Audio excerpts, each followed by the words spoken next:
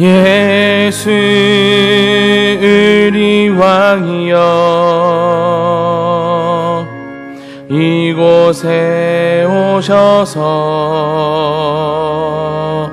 우리가 왕께 드리되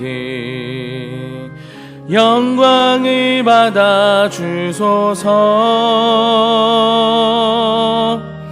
우리는 주님의 백성, 주님은 우리 왕이라. 왕이신 예수님 오셔서 좌정하사 다스리소서. 예수 우리 주시여 이곳에 오셔서 우리가 주께 드리니 찬양을 받아 주소서. 우리는 주님의 종들, 주님은 우리 주시라. 주 대신 예수님 오셔서 이 찬양을 받아 주소서.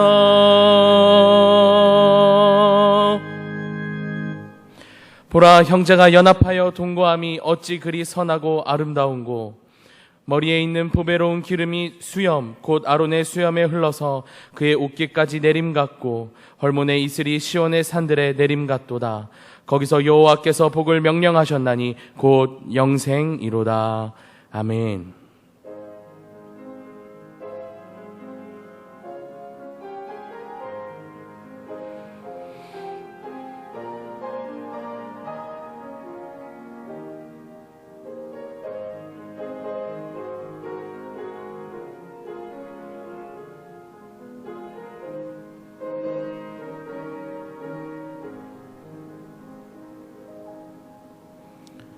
자리에 앉으시겠습니다. 교독문 58번 시편 133편의 말씀을 교독합니다. 교독문 58번 시편 133편의 말씀을 교독합니다. 보라, 형제가 연합하여 동거함이 머리에 있는 보배로운 기름이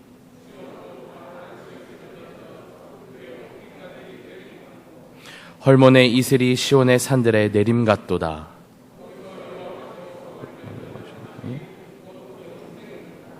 아멘. 다 같이 사도신경으로 우리의 신앙을 고백합니다. 전능하사 천지를 만드신 하나님 아버지를 내가 믿사오며 그 외아들 우리 주 예수 그리스도를 믿사오니 이는 성령으로 잉태하사 동정녀 마리아에게 나시고 본디오 빌라도에게 고난을 받으사 십자가에 못 박혀 죽으시고 장사한 지 사흘 만에 죽은 자 가운데서 다시 살아나시며 하늘에 오르사 전능하신 하나님 우편에 앉아 계시다가 저리로서 산자와 죽은 자를 심판하러 오시리라. 성령을 믿사오며 거룩한 공회와 성도가 서로 교통하는 것과 죄를 사하여 주시는 것과 몸이 다시 사는 것과 영원히 사는 것을 믿사옵나이다. 아멘.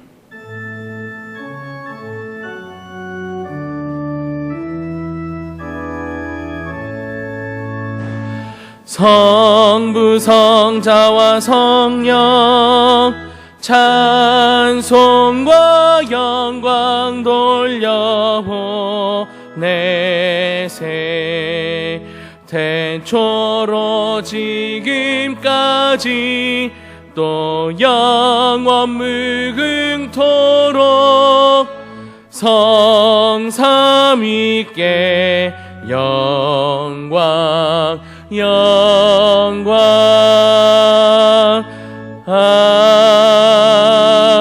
아멘. 유정선 권사님께서 오늘의 기도를 인도해 주시겠습니다.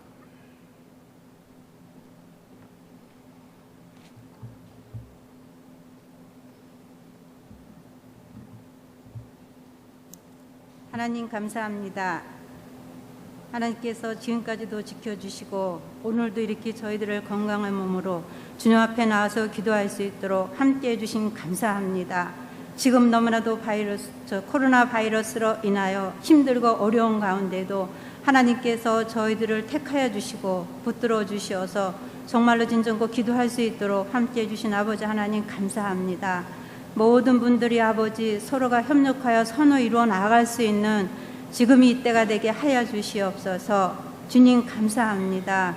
모든 예배가 하루속히 잘 회복될 수 있도록 하나님께서 지켜주시어서 정말로 진정고 저희들이 마음 놓고 예배 드릴 수 있는 그날이 돌아오게 하여 주시옵소서. 많은 비로 인하여 아버지 수혜를 당한 아버지 분들이 너무나도 많습니다. 그들이 하루속히 모든 아버지 회복할 수 있게 하여 주시옵시고 정말로 많은 봉사하는 분들의 손길 위에 하루속히 모든 것이 다 이루어질 수 있도록 하나님 도와주시옵소서. 주님 감사합니다. 목회자님들을 아버지 하나님께서 사랑하여 주시어서 지금 아버지 하나님 많은 힘들고 어려운 이때에 모든 것을 다 해나갈 때 한 점도 조금도 부끄러움이 없는 목회자님들이 될 수 있도록 주님 도와주시옵소서. 하나님 감사합니다. 가정에서 지금 아버지 하나님 영상 예배를 드리고 있는 아버지 하나님 모든 성도들에게도 함께하여 주시옵고 같은 은혜로 내려 주시옵소서.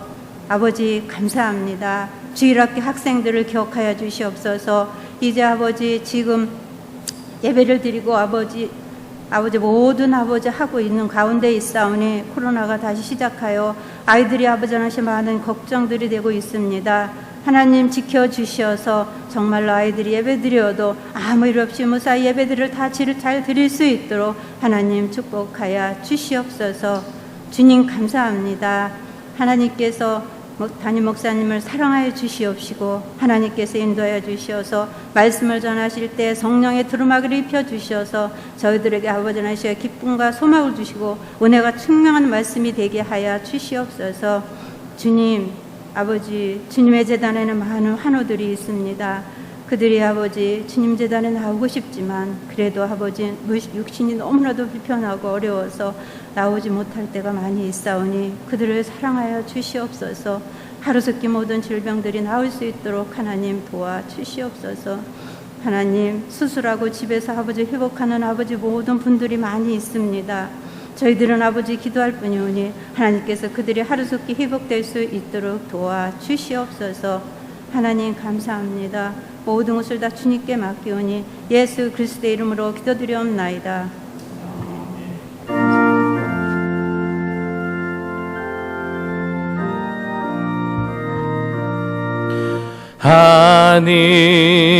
하늘에 계신 아버지 이름 거룩하사 주님 나라 임하시고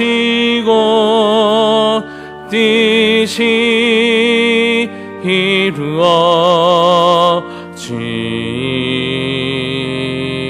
이루어지이다. 일용할 양식 주시고 우리들의 큰 죄 다 용서하옵시고 또 시험에 들게 마시고 악에서 구원하소서. 대개 주의 나라 주의 권세 주의 영광 영원히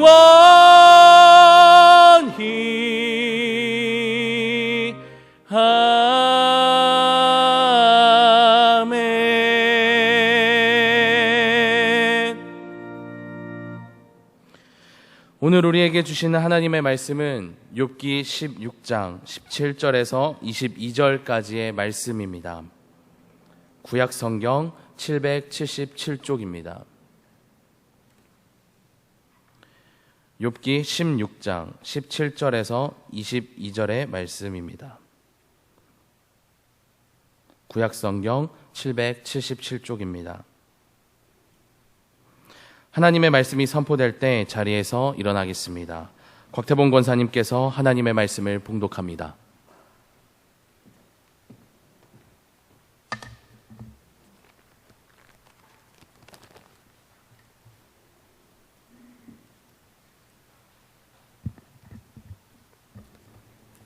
그러나 내 손에는 포학이 없고 나의 기도는 정결하니라. 땅아, 내 피를 가리지 말라. 나의 부르짖음이 쉴 자리를 잡지 못하게 하라. 지금 나의 증인이 하늘에 계시고 나의 중보자가 높은 데 계시니라. 나의 친구는 나를 조롱하고 내 눈은 하나님을 향하여 눈물을 흘리니 사람과 하나님 사이에와 인자와 그 이웃 사이에 중재하시기를 원하노니 수년이 지나면 나는 돌아오지 못할 길로 갈 것임이니라. 아멘.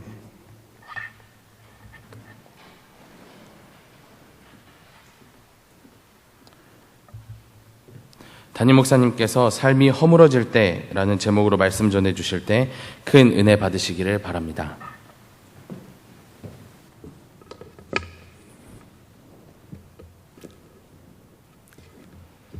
구약 성경 시편 11편 3절에는 뜻밖의 말씀이 담겨져 있습니다. 이런 말씀입니다. 터가 무너지면 의인이 무엇을 하랴. 새번역 성경은 이렇게 옮겼습니다. 기초가 바닥부터 흔들리는 이 마당에 의인인들 무엇을 할 수 있겠는가? 말씀에 비추어 생각하면 요즘 살아가는 우리들의 시간이야말로 기초가 바닥부터 흔들리는 그런 시간이 아닌가 하는 생각이 듭니다. 코로나 바이러스가 잠잠해지는가 싶더니 다시 재확산되고 있습니다. 여전히 그 중심에 교회가 있다라는 사실이 마음을 아프게 합니다. 장마는 54일간의 기록을 세우고 있습니다. 사실은 이것을 장마라기보다는 기후 위기라고 부르는 것이 맞다 하는 의견들이 꽤 많습니다. 이제 우리가 살아가는 이 땅에서 일어나는 일들이 지금까지 우리가 살아왔고 또 예상할 수 있는 그런 범위의 삶이 아니라고 하는 것이죠. 이렇게 터가 흔들리는 기초가 무너지는 이런 세상 속에서 우리가 어떤 마음으로 어떤 믿음으로 살아야 할까 매우 중요한 질문이 아닐 수가 없습니다. 여러분 혹시 우생마사라는 말을 들어보셨는지 모르겠습니다. 우생마사라는 말은 소는 살고 말은 죽는다라는 단순한 뜻입니다. 이번에 그 전남 구례에서 그 소에 관한 뉴스가 많았는데요. 장마 중에 소 한 마리가 무려 67km를 떠내려가서 무인도에서 발견이 됐고 구출이 되었다라는 소식도 있었습니다. 급류에 휩쓸린 소가 급류를 따라 이제 떠내려가다가 또 마침내 바다를 헤엄쳐 가서 어딘지도 모르는 무인도 섬에 이제 그가 이르게 되었고 무인도에 소가 있다라는 이야기를 듣고 사람들이 가서 그 소를 구출해 낸 것이죠. 결국 이 소는 그 급류 바다 이거를 이제 지나간 것입니다. 우생마사라는 말은 이제 그런 의미를 담고 있는데요. 사실 물에 빠지면 말이 훨씬 더 수영을 잘한다고 그럽니다. 근데 말은 자기가 수영을 잘한다는 그걸 믿고 말이죠. 물을 거슬러서 수영을 하려다가 그만 기운이 빠져서 죽고 만다는 거예요. 근데 소는 그냥 물살이 가는 대로 몸을 맡기고서 떠내려감으로써 이제 살아날 수가 있다라는 겁니다. 어쩌면 한치 앞을 내다볼 수 없는 불확실한 시대를, 그리고 우리가 든든하다라고 여겼던 우리들의 기초가 바닥부터 흔들리고 있는 이 시대를 살고 있는 우리들에게 우생마사라는 말이 주는 의미가 있다라고 여겨집니다. 나의 경험, 나의 힘, 그걸 의지하는 것이 아니라 오히려 이럴 때일수록 내 삶의 주인이신 그분께 내 삶을 맡기고 나를 어디로 이끄시든지 그 이끄심을 묵묵히 따라가게 될 때 우리의 영혼이 사는 이런 은총이 임하게 될 줄로 압니다. 비가 많이 왔고 예배당에도 여러 가지 문제가 있습니다. 엘리베이터가 고장나서 걸어 올라오시는 수고도 했을 터이고, 곳곳에 비가 새서 물 양동이를 놓기도 했고, 지금 이쪽에는 불이 나가서 지금 전구가 들어오지 않고 있습니다. 우리 주님의 전에 이런저런 이 많은 비에 후유증이 있는데 우리들의 사랑과 관심으로 어서속히 모든 것들이 다 극복되었으면 좋겠습니다. 우리 남미 사람들이 누군가 손님이 오면 인사하는 게 있다고 그러는데요. 손님이 왔을 때 집주인이 인사하는 것이 미카사 에스투카사라는 말입니다.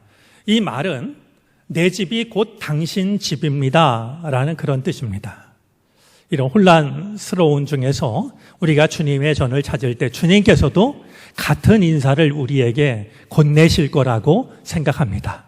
잘 왔다 하시면서 내 집이 곧 너의 집이다.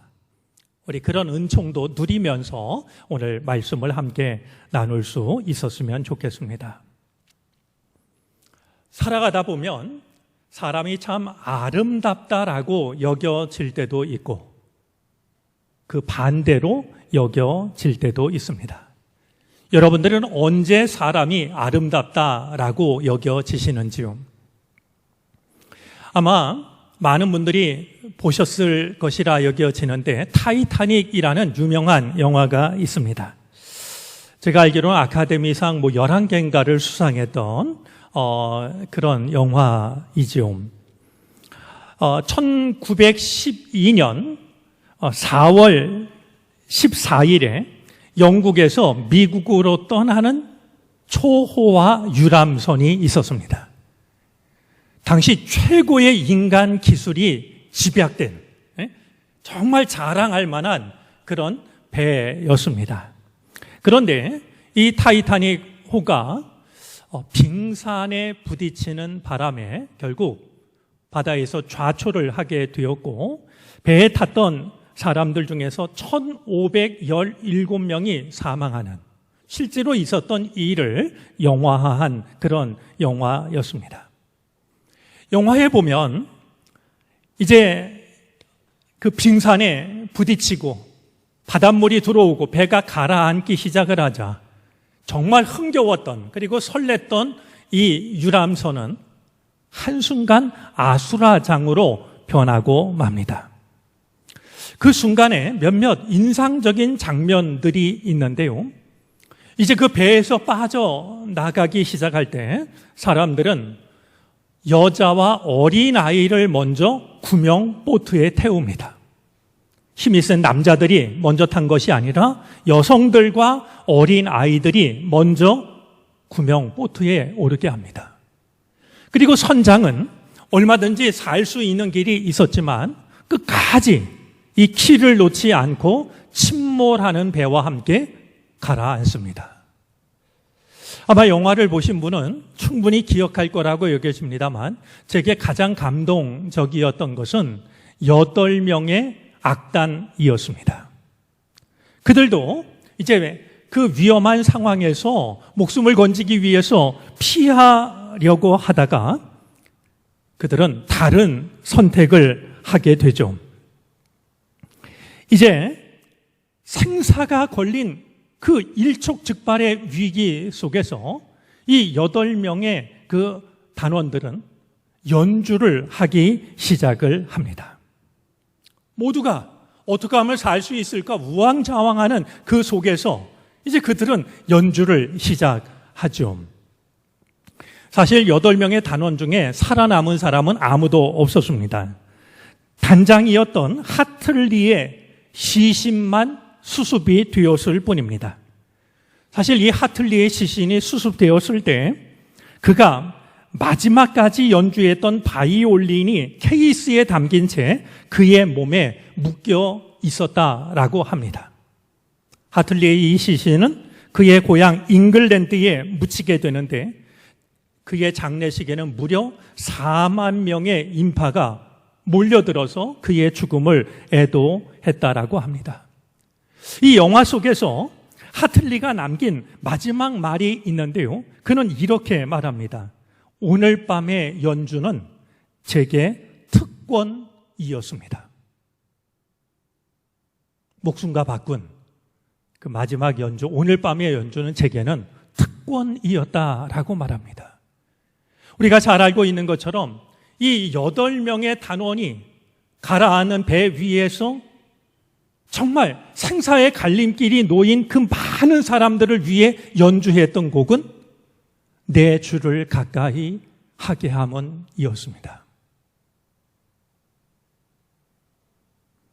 죽음의 두려움에 빠진 그 수많은 사람들을 위해서 그들은 칠흑과 같은 어둠 속에서 내 주를 가까이 하게 함은 십자가 짐 같은 고생이나 내 일생 소원은 늘 찬송하면서 주께 더 나가기 원합니다.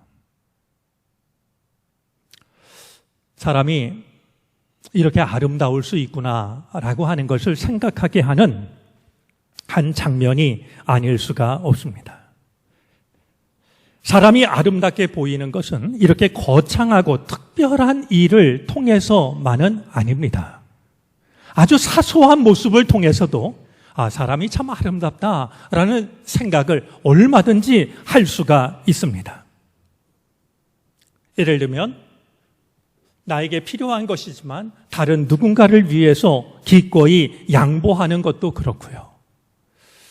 우리 엘리베이터를 탈 때 그냥 나만 타는 것이 아니라 내 뒤에 누가 있는지를 살피고 문을 잡아주고 그를 먼저 타게 하는 일이라든지 말이죠.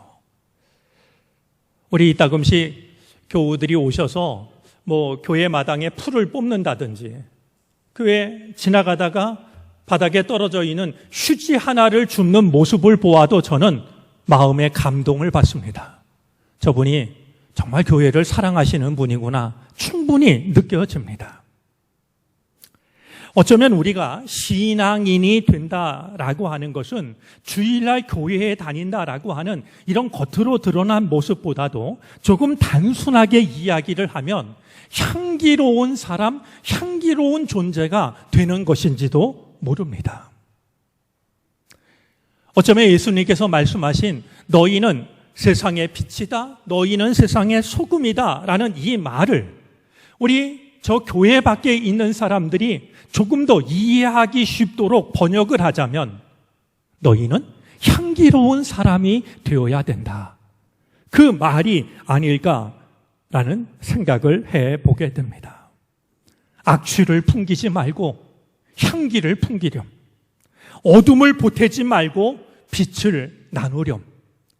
이것이 아마 주님께서 말씀하신 너희는 세상의 소금이다, 빛이다 라는 말의 의미가 될 것이라 여겨집니다. 오늘 아름다운 사람 이야기를 하는 것은 엘리바스 때문입니다. 우리는 지금 욥기 말씀을 읽어나가고 있는데요.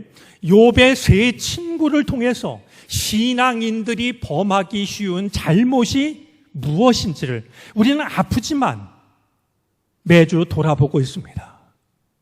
우리가 알지도 못하고 우리 신앙인들이 저지르고 있는 그런 잘못이 이 세 친구의 모습을 통해서 우리는 보게 됩니다.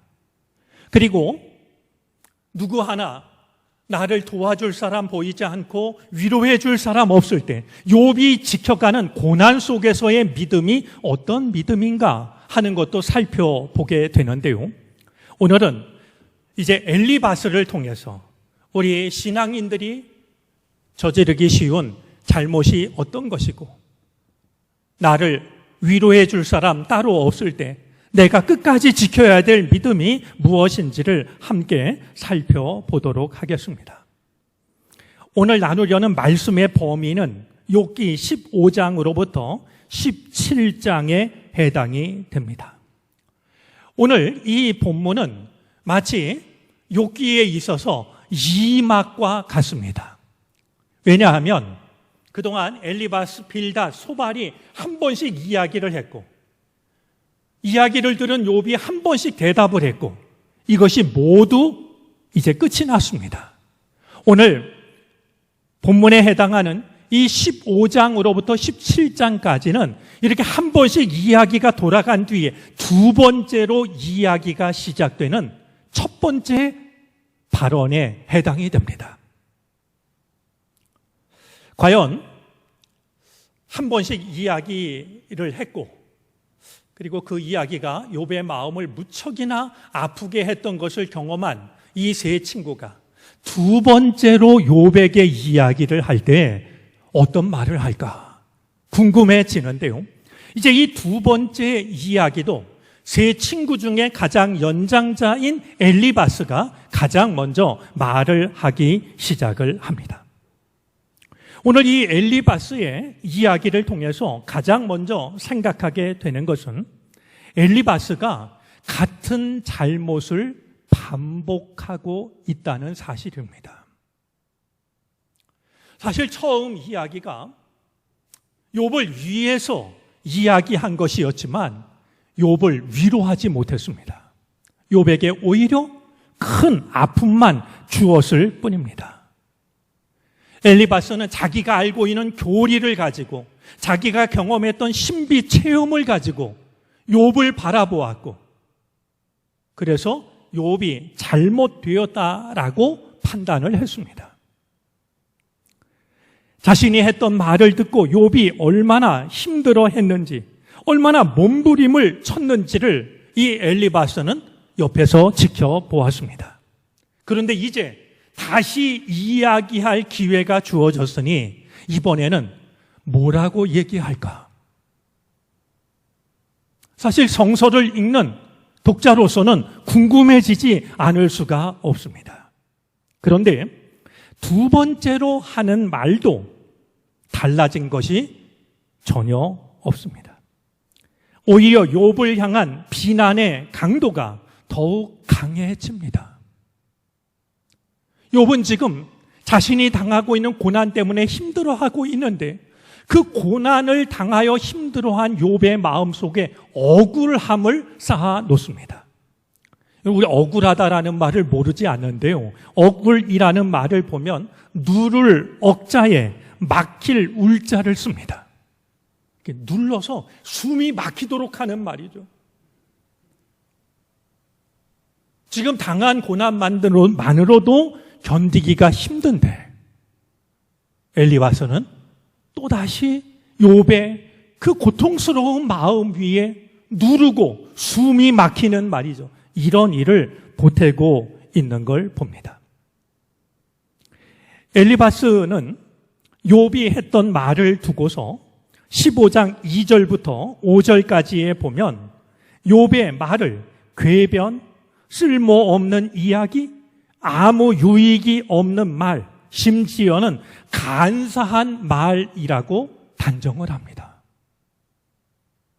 욥이 정말 마음속에 있는 아픔이 담긴 말을 했는데 그래 내가 자네 말을 들으니까 자네가 얼마나 힘든지 알겠어.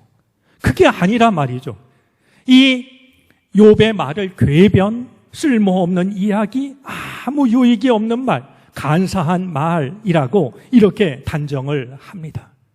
저 아래 이제 12절 말씀을 보면 욥의 태도를 두고 건방지다라고 이렇게 이야기를 하기도 합니다. 아마 경험해 보신 분은 아시리라 여겨집니다만 내가 정말 힘들 때 내 이야기에 아무도 귀를 기울이는 사람이 없다라고 하는 것. 내가 억울한 내 심정을 이야기를 했는데 내 말을 믿어주는 사람이 아무도 없다라고 하는 것. 이것이 얼마나 우리를 힘들게 만듭니까? 그런데도 이 욥의 친구인 엘리바스는 욥의 말에 귀를 기울이는 대신에 욥을 비난하고 오히려 여전히 가르치려고만 하고 있는 것을 보게 됩니다. 여러분, 사람은 누구나 실수할 수 있습니다. 그게 우리 인간입니다. 그러나 그것을 반복하는 것은 또 다른 문제입니다. 성 어거스틴이 남긴 말 중에 이런 유명한 말이 있습니다. 실수하는 것은 인간적이지만 실수를 반복하는 것은 악마의 근성이다. 실수하는 건 인간적이지만 그것을 반복하는 것은 악마의 근성에서 나온 것이라고 이렇게 말하고 있습니다. 잠언 26장 11절에도 이런 말씀이 있습니다. 개가 그 토한 것을 도로 먹는 것 같이 미련한 자는 그 미련한 것을 거듭 행하느니라. 오늘 엘리바스를 보면서 한 번은 실수할 수 있다고 해도 그 일을 반복하는 이런 일들이 우리의 삶 속에 우리의 믿음 안에 없게 되기를 바랍니다. 엘리바스의 모습 속에서 또 한 가지 믿는 자로서 돌아보게 되는 것이 있습니다. 그는 자신의 장점을 잘못된 곳에 쓰고 있습니다. 말씀을 드린 것처럼 엘리바스는 교리를 잘 알고 있는 훌륭한 신앙인이었습니다. 그는 심지어 거룩한 신비 체험을 하기도 했습니다. 그가 하는 말을 보면 언어적인 감각도 섬세한 감정도 가지고 있습니다. 27절부터 35절까지에 보면 어쩌면 이렇게 말을 잘할까 싶을 만큼 아주 정서적으로 굉장히 뛰어난 감정을 가지고 있고 또 언어를 구사하는 능력도 매우 뛰어납니다. 그런데 엘리바스는 이런 여러 가지 장점들을 좋은 일에 사용하지 못하고 있습니다. 오히려 내가 아는 지혜를 가지고 누군가를 판단하려고 합니다. 내가 가진 신비한 체험을 가지고 다른 사람을 정죄하려고 합니다. 내가 가지고 있는 뛰어난 감정과 언어 감각을 가지고 다른 사람을 비난하고 있습니다. 생각을 해보면요, 하나님을 믿는 우리들에게도 믿지 않는 사람들이 가지고 있지 못한 많은 장점들이 있습니다. 무엇보다도 우리에게는 믿음이 있고 하나님의 말씀을 알고 있습니다. 여러분, 하나님의 말씀을 나타내는 말 중에 정경이라는 말이 있습니다.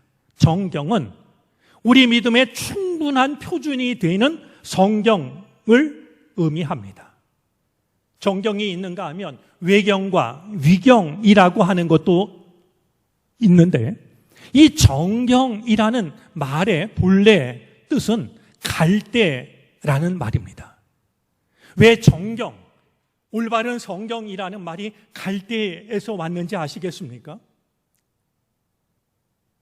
이 갈대는 자를 만드는 재료입니다.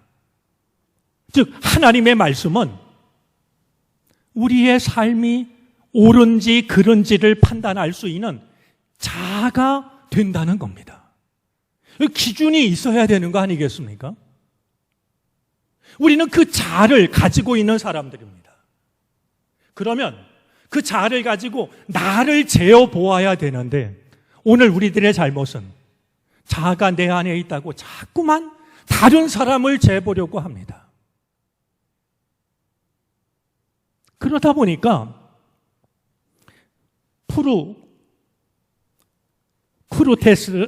프로쿠르테스 침대처럼 말이죠. 이 프로쿠르테스가 지나가는 사람을 자기 집에 불러가지고 침대에 뉘어요. 그래가지고 침대보다 키가 크면 침대에 맞춰서 발을 잘라 죽이고, 침대보다 짧으면 몸을 늘려 죽이고 말이죠. 우리에게는 세상 사람들이 갖지 못한 장점이 있어요. 하나님의 말씀을 알고 있어요. 이 말씀은 내가 지금 올바로 사는지, 무엇이 부족한지 나를 돌아보는 자아가 돼야 돼요. 근데 이 자아를 가지고 세상을 재료하고 다른 사람을 판단하고 비난하고, 엘리바스는 하나님을 믿는 사람들이 빠지기 쉬운 잘못이 무엇인지를 우리에게 여실히 보여주고 있습니다. 제 관심 중에 하나가 책이기 때문에 이제 신간이 나오면 어떤 책인가 보고 필요하다 싶으면 책을 구입하곤 합니다. 얼마 전에 본 책 제목 중에 재미난 제목의 책 제목이 있었습니다. 이런 제목이더군요. 목사님을 칭찬하면 교회에 부흥된다. 좀 이 책을 사서 우리 교우들에게 나눠드리면 어떨까라는 생각이 지나기도 했는데요. 우리가 서로가 서로를 위로하고, 서로가 서로를 인정하고, 서로가 서로를 칭찬하면 우리 가정이 평안하고 교회가 부흥하는 거 아니겠습니까? 엘리바스처럼 하나님이 주신 장점을 가지고 다른 사람을 비난하는 데 쓸 것이 아니라 누군가를 살리는 데 쓸 수 있는 우리들이 되어졌으면 좋겠습니다. 또 한 가지, 엘리바스에게서 보게 되는 반복되는 잘못이 또 한 가지 있습니다. 엘리바스는 여전히 하나님처럼 말하고 있다는 사실입니다. 우리 15장 14절과 15절 말씀을 한번 볼까요? 사람이 어찌 깨끗하겠느냐? 여인에게서 난 자가 어찌 의롭겠느냐? 하나님은 거룩한 자들을 믿지 아니하시나니 하늘이라도 그가 보시기에 부정하거든. 마치 내가 하나님이 된 것처럼, 내가 하나님의 입장을 변호해야 한다는 것처럼 이야기를 하고 있는 걸 보게 됩니다. 여러분, 제가 아주 우스꽝스러운 질문을 하나 드려볼까요? 이 땅에서 모든 교회가 사라지면 하나님도 사라질까요? 이 지구상에서 하나님을 믿는 모든 사람들이 사라지면 더 이상 하나님도 존재하지 못하는 걸까요?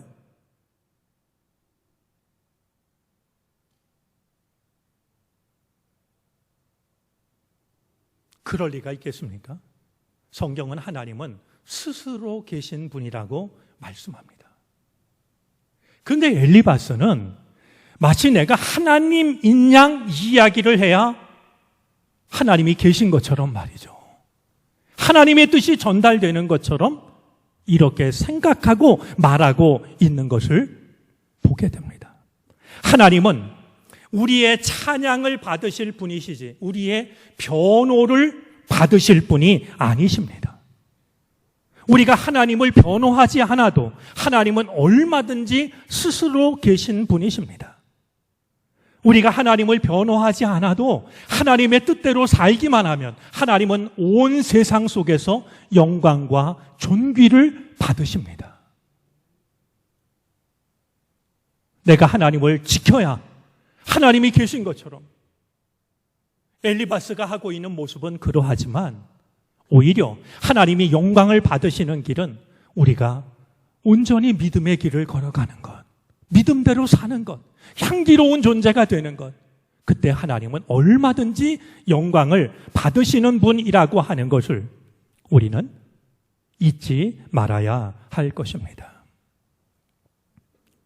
엘리바스의 이 이야기가 끝난 뒤에 욥의 대답이 이어집니다.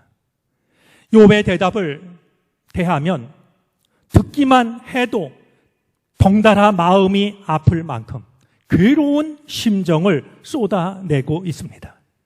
욥이 하고 있는 말은 마치 찬송가 395장 1절의 가사처럼 여겨집니다. 395장 1절은 이렇게 시작이 됩니다. 자비하신 예수여, 내가 사람 가운데 의지할이 없으니 슬픈 자가 됩니다. 어쩌면 이렇게 욥의 심정을 잘 담아냈을까 여겨집니다. 내가 사람 가운데 의지할이 없으니 슬픈 자가 됩니다. 한번 욥의 심정을 확인해 볼까요? 허물어지고 있는 자신의 모습을 욥은 이렇게 표현을 합니다. 우리 16장 15절부터 16절까지입니다.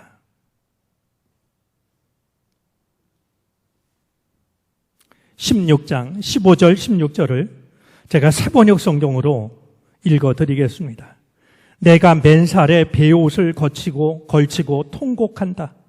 내 위세를 먼지 속에 묻고 여기 이렇게 시궁창에 앉아 있다. 하도 울어서 얼굴마저 핏빛이 되었고 눈꺼풀에는 죽음의 그림자가 덮여 있다. 지금 욥은 맨살에 베옷을 입고 통곡하고 있고 시궁창에 앉아 있고 하도 울어서 얼굴마저 핏빛이 되었고 눈꺼풀에는 죽음의 그림자가 깔려 있는 그것이 욥의 모습입니다. 17장 7절에서는 이렇게 말하고 있습니다. 역시 세번역입니다. 근심 때문에 눈이 멀고 팔과 다리도 그림자처럼 야위어졌다.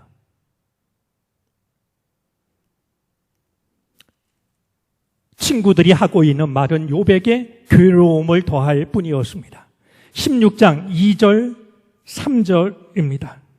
그런 말은 전부터 많이 들었다. 나를 위로한다고 하지만 오히려 너희는 하나같이 나를 괴롭힐 뿐이다. 너희는 이런 헛된 소리를 끝도 없이 계속할 테냐? 무엇에 홀려서 그렇게 말끝마다 나를 괴롭히느냐? 심지어 욥은 하나님마저도 나를 괴롭히고 계시다라고 생각을 합니다. 16장 7절부터 14절까지입니다. 세번역으로 읽습니다. 주님께서 나를 기진맥진하게 하시고 내가 거느리고 있던 자식들을 죽이셨습니다. 주님께서 나를 체포하시고 주님께서 내 적이 되셨습니다. 내게 있는 것이라고는 피골이 상접한 앙상한 모습뿐입니다. 이것이 바로 주님께서 나를 치신 증거입니다.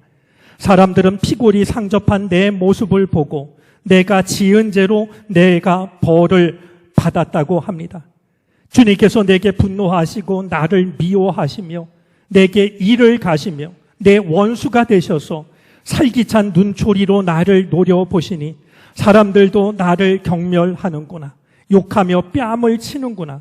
모두 한패가 되어 내게 달려드는구나. 하나님이 나를 범법자에게 넘겨버리시며 나를 악한 자의 손아귀에 내맡기셨다. 나는 평안히 살고 있었는데 하나님이 나를 으스러뜨리셨다. 내 목덜미를 잡고 내던져서 나를 으스러뜨리셨다. 그가 나를 세우고 관역을 삼으시니 그가 쏜 화살들이 사방에서 나에게 날아든다. 그가 사정없이 내 허리를 뚫으시고 내 내장을 땅에 쏟아내신다. 그가 나를 갈기갈기 찢고 또 찢으시려고 용사처럼 내게 달려드신다. 지금 욥의 모습은 16장 20절에 기록된 바로 그 모습입니다. 나의 친구는 나를 조롱하고 내 눈은 하나님을 향하여 눈물을 흘리니. 친구들은 나를 조롱하고 욥이 하고 있는 것은 하나님을 향하여 눈물을 흘리는 것이 전부입니다. 물먹은 토담집이 맥없이 허물어지듯이 욥의 삶은 허물어지고 있습니다. 오늘 생각하려고 하는 것은 바로 이때 욥이 끝까지 지키고 있는 것이 무엇인가 하는 것입니다. 우리의 삶도 누구도 원하지 않지만 속절없이 무너질 때가 있습니다. 그때 우리가 지켜야 할 마지막 믿음이 있다면 그것이 무엇일까요? 삶이 무너질 때도 욥이 끝까지 포기하지 않는 것이 있었습니다. 그것은 하나님 앞에 서는 겁니다. 허물어진 모습이라 할지라도 그는 그 모습 그대로 하나님 앞에 섭니다. 비록 하나님께 항의도 하고 원망도 하고 따지기도 하고 호소를 하기도 하지만 욥은 있는 모습 그대로 끝까지 하나님 앞에 서 있습니다. 마치 욥은 이렇게 말하는 것 같습니다. 나를 만드신 분이 하나님이시기에 나는 어떤 경우에도 하나님을 떠날 수가 없습니다. 욥이 그럴 수 있었던 데에는 한 가지 이유가 있습니다. 사소해 보일지 몰라도 매우 중요한 이유라고 여겨집니다. 그것은 다름 아니라 자기 진실이 욥에게 있었기 때문입니다. 오늘 본문 17절이 그것이 무엇인지를 일러주고 있습니다. 그러나 내 손에는 포학이 없고 나의 기도는 정결하니라. 내가 지금까지 살아오면서 다른 누군가를 괴롭힌 일이 나에게 없습니다. 그리고 내가 헛된 것을 구한 적이 없습니다. 누가 뭐라고 해도, 친구들이 나를 비난하고 하나님이 침묵하셔도, 그래서 내 삶이 허물어지는 순간에도 욥은 자기 진실이라고 하는 바탕에 엎드려서 하나님께 매달리고 있는 겁니다. 세상에 죄 없는 자는 아무도 없습니다. 하지만 내 안에 있는 진실을 내가 인정할 수 있을 때 우리는 그 진실 위에 서서 하나님을 찾을 수 있고 하나님께 호소할 수 있는 겁니다. 다윗의 시로 알려진 시편 139편은 이렇게 시작이 됩니다. 여호와여, 주께서 나를 살펴보셨으므로 나를 아시나이다. 나를 아시는 하나님에 대해서 이 다윗의 고백이 이어집니다. 내가 앉거나 서는 것도 아시고 멀리서도 내 생각을 아시고 길을 가거나 누워있거나 나를 다 아시고 혀를 놀려 아무 말 하지 않아도 내가 무슨 말을 할지를 먼저 아시고 그러기에 주님을 피할 수 있는 곳은 세상에 어디도 없다고. 심지어 나는 어머니의 태에 생기기도 전부터 하나님은 내 형질을 꿰어 맞추기 시작하셨다라고. 이렇게 다윗은 나를 아시는 하나님에 대해서 고백을 합니다. 시편 139편은 이렇게 끝납니다. 하나님이여, 나를 살피사 내 마음을 아시며 나를 시험하사 내 뜻을 아옵소서. 내게 무슨 악한 행위가 있나 보시고 나를 영원한 길로 인도하소서. 삶이 허물어지는 순간에도 내 안에 있는 자기 진실을 끝까지 지키시기를 바랍니다. 한 줌의 자기 진실만 내 안에 있다라고 하면 삶이 허물어지는 순간에도 우리는 하나님을 찾을 수가 있게 됩니다. 그리고 그 순간 우리의 생각으로는 그 순간이 영원처럼 길게 느껴진다 할지라도 마침내 하나님은 우리를 찾아오셔서 우리를 만나 주실 것입니다.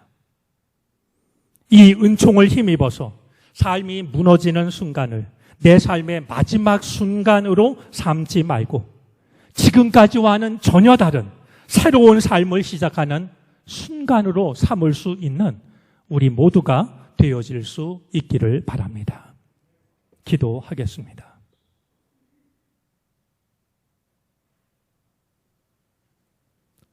삶이 무너지는 순간이 있습니다. 하지만 삶이 무너지는 그 순간에도 다른 사람을 해롭게 하지 않았다는 것, 하나님 앞에 드렸던 기도가 진실했다라고 하는 것, 내 안에 있는 진실을 붙잡게 하여 주시옵시고 그 진실 위에 서서 하나님을 바라보게 해 주시기를 바라고 원합니다.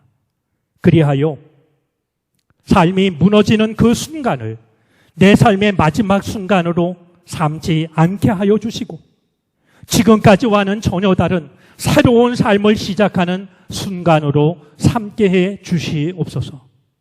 거룩하신 주 예수 그리스도의 이름으로 기도를 드립니다. 아멘.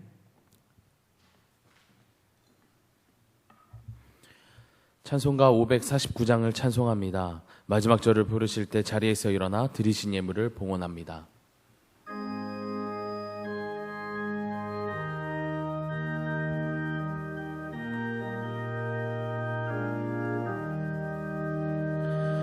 내 주여 뜻대로 행하시옵소서.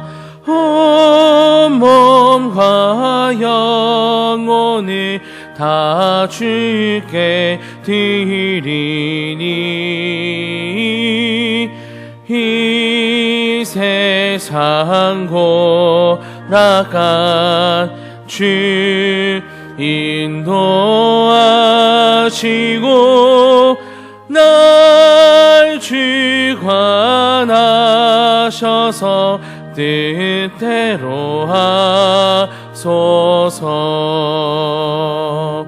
내 주여 뜻대로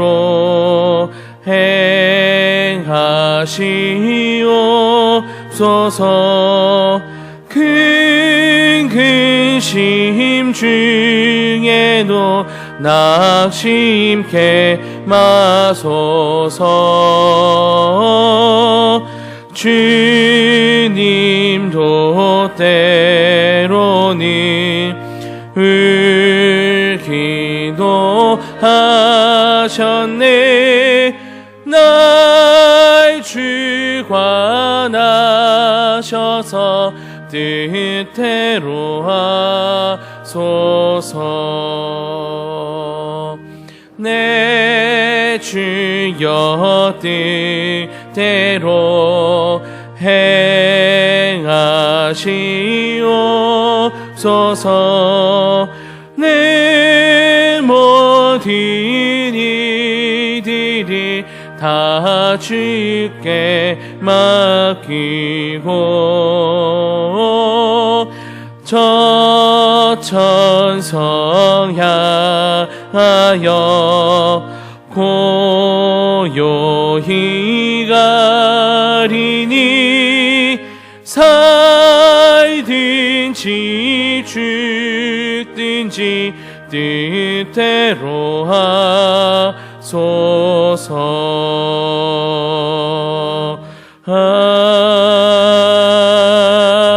아멘.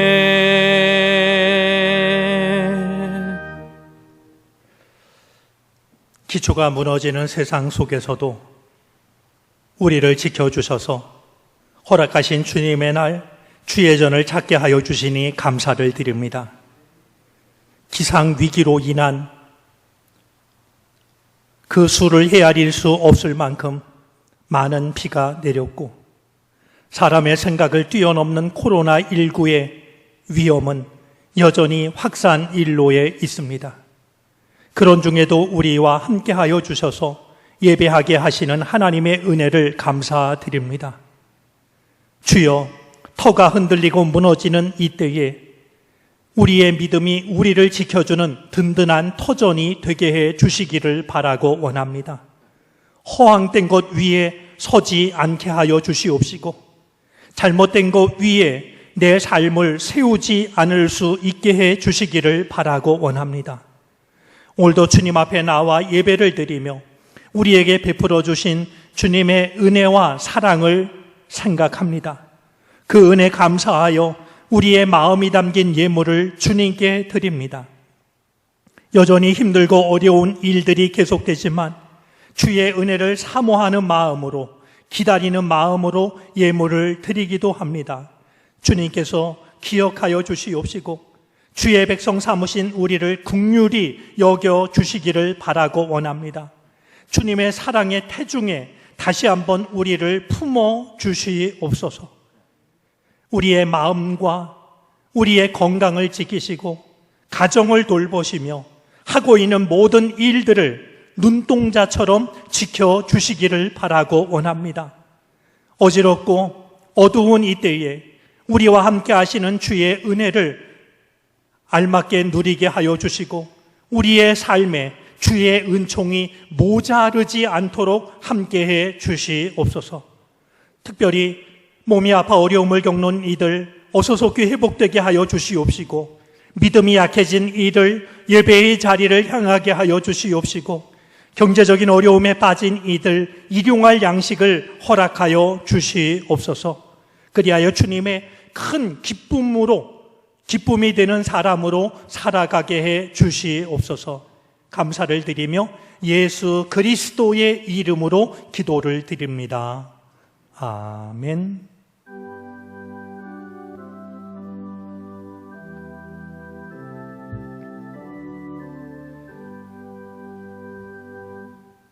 자리에 앉으시겠습니다. 교회 소식을 전합니다. 교회 소식은 주보 3쪽과 4쪽을 참고해 주시기를 바랍니다. 다음 주일 예배 참석 시간 안내입니다. 주보를 참고하셔서 참석 시간을 확인해 주시고 거리두기를 유지하며 예배 드릴 수 있도록 함께 마음 모아 주시기를 바랍니다. 특별히 함께 예배 드리는 교우들을 위해 마스크를 꼭 착용해 주시고 교회에 오실 때에는 스마트 요람 또는 교인증을 지참해 주시기 바랍니다. 2020 가정예배 캠페인 5번째 주가 이어집니다. 19일 수요일 오후 7시 30분 또는 각 가정에서 정한 시간에 모여 예배를 드립니다. 가정예배 베스트 인증샷 이벤트를 이번 주까지 진행합니다. 예배 전후 사진을 촬영하여 전송해 주시면 인화하여 액자에 담아드리고 베스트 인증샷에 당선된 분에게는 소정의 상품을 드립니다. 가정에서의 예배를 통해 하나님을 기억하고 이벤트에 참여해 그 시간의 즐거움이 이어질 수 있기를 바랍니다. 2020년 하반기 장학증서 수여식이 다음 주 23일 주일 2부 예배 시에 있습니다. 장학생 모임은 23일 주일 오전 10시 30분에 별관 2층 기획위원실에서 있습니다. 오늘 장학위원회 회의를 거쳐 선발된 장학생들에게는 문자로 최종 공지되며 장학생 모임에 불참할 경우 장학증서 수여 자격이 취소됨을 알려드립니다. 엘리베이터 고장 및 사용기간 만료로 인해 교체가 진행됩니다. 교체 기간은 약 3에서 4개월 정도 소요될 예정이며 해당 기간 동안에는 엘리베이터 이용이 불가합니다. 모든 성도님들의 양해를 부탁드립니다. 전도용품 마스크 목걸이를 1층 사무실에서 판매하고 있습니다. 직접 착용하시거나 이웃에게 전하여 전도의 기회로 삼으시기를 바랍니다.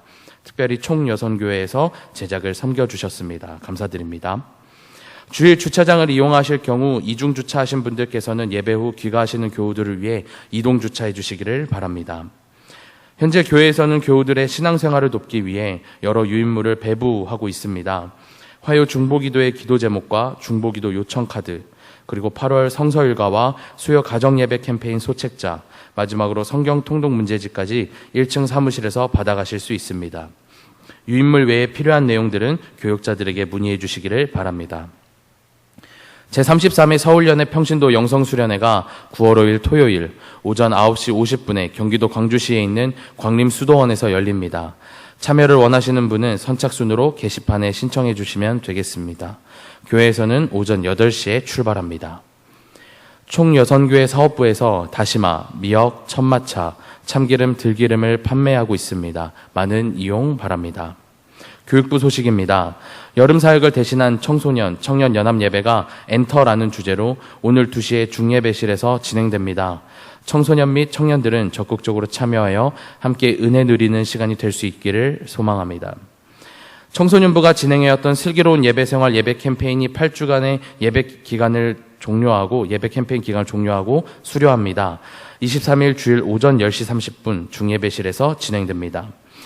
교육목회협의회가 23일 주일 12시 30분에 청소년부실에서 진행됩니다. 교우 소식입니다.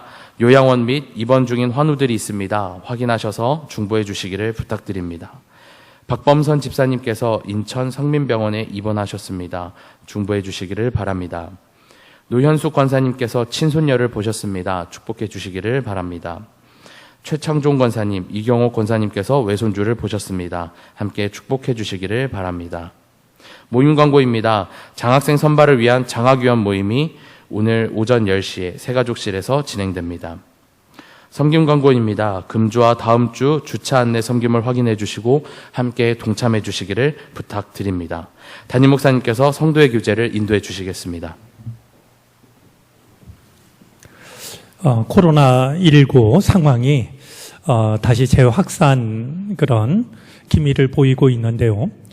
저희가 늘 정말 이렇게 추이를 살피고 있습니다. 그래서 주중에라도 저희가 특별한 결정을 내리게 된다면 어떤 방식을 통해서라도 여러분에게 알려드리겠습니다. 어서 속히 이런 상황이 잦아들 수 있도록 함께 기도해 주시고 관심 가져 주시기를 바랍니다. 엘리베이터 우리 한 서너 달 수리를 이제 들어가는데요. 그동안 우리 어르신들께서 계단을 오르내리셔야 하는 수고를 하게 되었습니다. 양해하시고 또 이용하실 때마다 서로 좀 도울 일이 있으면 도왔으면 좋겠습니다. 오늘 2부 예배 후에는 임시기획위원회가 있습니다. 우리 성도의 교제를 나누겠습니다. 옆자리에 있는 분, 앞뒤에 있는 분 서로 인사하겠습니다. 반갑습니다. 주의 은혜가 함께 하시기를 바랍니다. 이제 다 함께 일어나셔서 결단 찬송, 아바 아버지를 찬송합니다. 찬송 후에 담임 목사님의 축도로 예배를 마칩니다.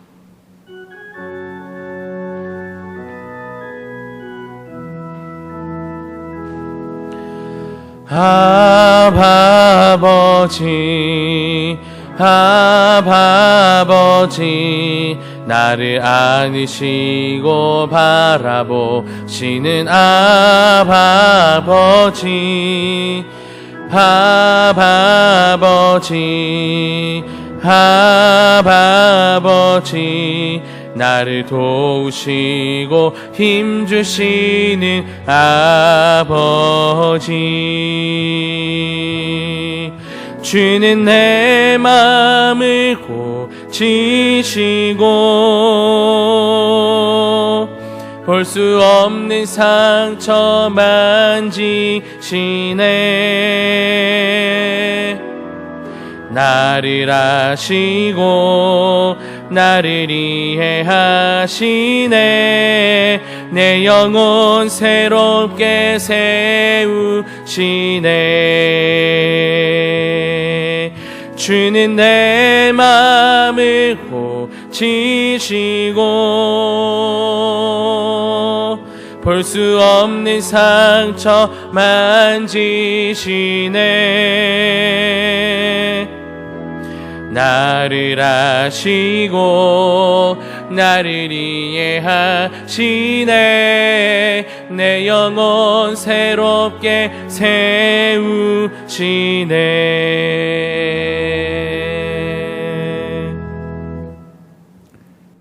삶이 허물어지는 그 순간에도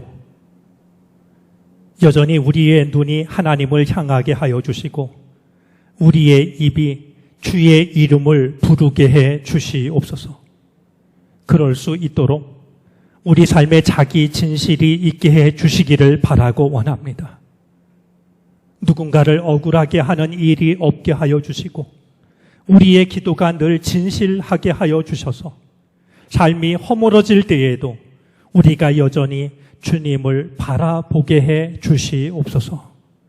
지금은 우리 구주 예수 그리스도의 크신 은혜와 하나님 아버지의 헤아릴 길 없는 사랑하심과 도우시며 이끄시는 성령의 은총이 주의 전을 찾아와 예배하고 돌아서는 모든 주님의 백성들 머리 위에 이제로부터 영원토록 함께 계시옵기를 간절히 축원하옵나이다. 아멘.